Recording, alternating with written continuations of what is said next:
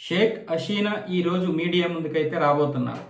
ఈరోజు ఢిల్లీలోని foreign correspondent క్లబ్లో ఈ యొక్క వర్చువల్ విలేకరుల సమావేశంలోనైతే హసీనా ప్రసంగిస్తారు.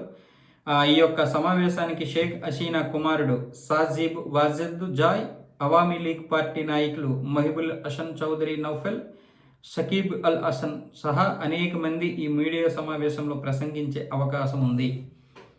అయితే దీనికి మాకు ఎటువంటి సంబంధం లేదని చెప్పి భారత్ నిన్నే ప్రకటించేసింది.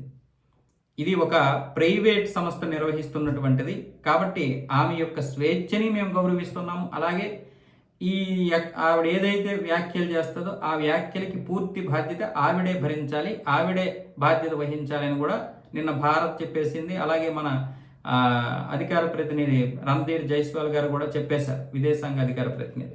సో ఈ నేపథ్యంలోనే ఇప్పుడు దీని గురించి మీరు ఏం మాట్లాడతారని భారతదేశాన్ని అలాగే విదేశాంగ మంత్రి జయశంకర్ గారి మీద కూడా తీవ్ర ఒత్తిడి ఉంది. అయితే ఇది ఏదైనా సరే 2 సంవత్సరాలు అవుతుంది కాబట్టి ఆవిడకి మనమంటూ ఒక స్వేచ్ఛ చెప్పాలి.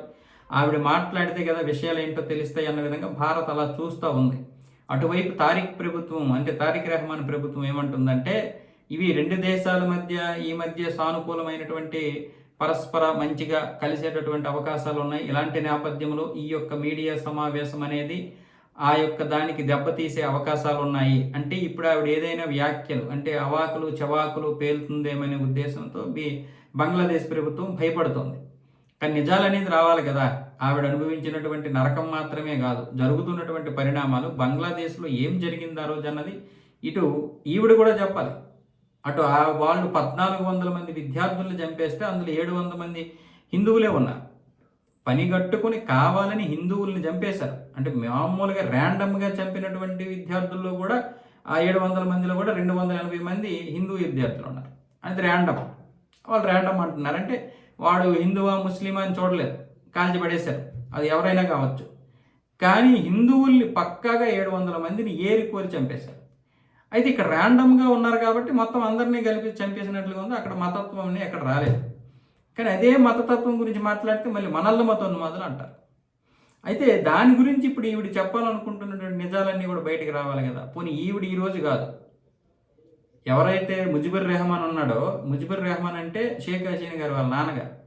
ఆయన ఆధ్వర్యంలోనే నిరసనలు ఉద్యమాలు అన్ని మొదలైనప్పుడు ఇందిరాగాంధీ గారు ఏమొచ్చేసి మన సైన్యాన్ని తీసుకుని వెళ్ళి వీళ్ళకి పాకిస్తాన్ నుండి విముక్తి కల్పించి బంగ్లాదేశ్గా ఏర్పాటు చేశారు. ఆ కృతజ్ఞత ఉందా అంటే ఆ కృతజ్ఞత లేదు. వీళ్ళు పాకిస్తాన్ వాళ్ళు ఇప్పుడు ఒక్కటైపోయారు. ఎందుకురా అంటే ఇక్కడ నరేంద్ర మోదీ ప్రభుత్వం ఉంది కాబట్టి. నరేంద్ర మోదీ ప్రభుత్వం లేకపోతే వీళ్ళు ఒక్కటవ్వరు. కేవలం ఉద్దేశం ఏంటంటే నరేంద్ర మోదీ. ఎందుకు అంటే ఇక్కడ ఉన్నటువంటి శత్రువులు వాళ్ళతో చేతులు కలిపి మీరు వెంటనే పాకిస్తాన్ వాళ్ళతో కలిసిపోవాలి, లేకపోతే మీకు అందరికీ ఇదైపోద్ది, కథమైపోద్ది, అందరికీ మన ముగ్గురికి అని చెప్పి ఇక్కడ ఉన్నటువంటి కొంతమంది మీకు తెలుసు కదా ఆ శత్రువులు ఎవరో, ఆ దేశ ద్రోహులు ఎవరో, వాళ్ళందరూ కలిసి ఇచ్చేయడంతో అక్కడ ఉన్నటువంటి వాళ్ళందరూ రెచ్చగొట్టేసి బాగా ఇది చేశారు. కాకపోతే ఆ పార్టీ ప్రతిపక్షంలో ఉండిపోయింది. తారిక్ రెహమాన్ ఏమొచ్చేసి గెలవడం జరిగింది.